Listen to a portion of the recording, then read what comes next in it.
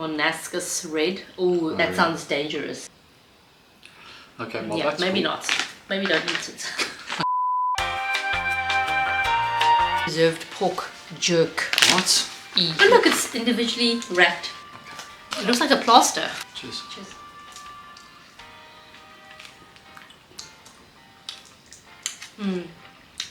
Yeah, It tastes familiar. tastes like jerky.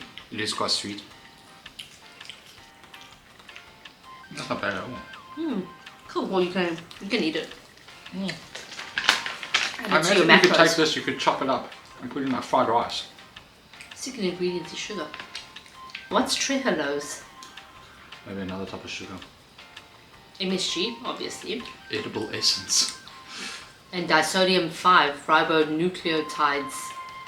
Oh, that is. ethyl maltol. Monascus red. Oh, that sounds dangerous. Sodium erythorbate. Nisin.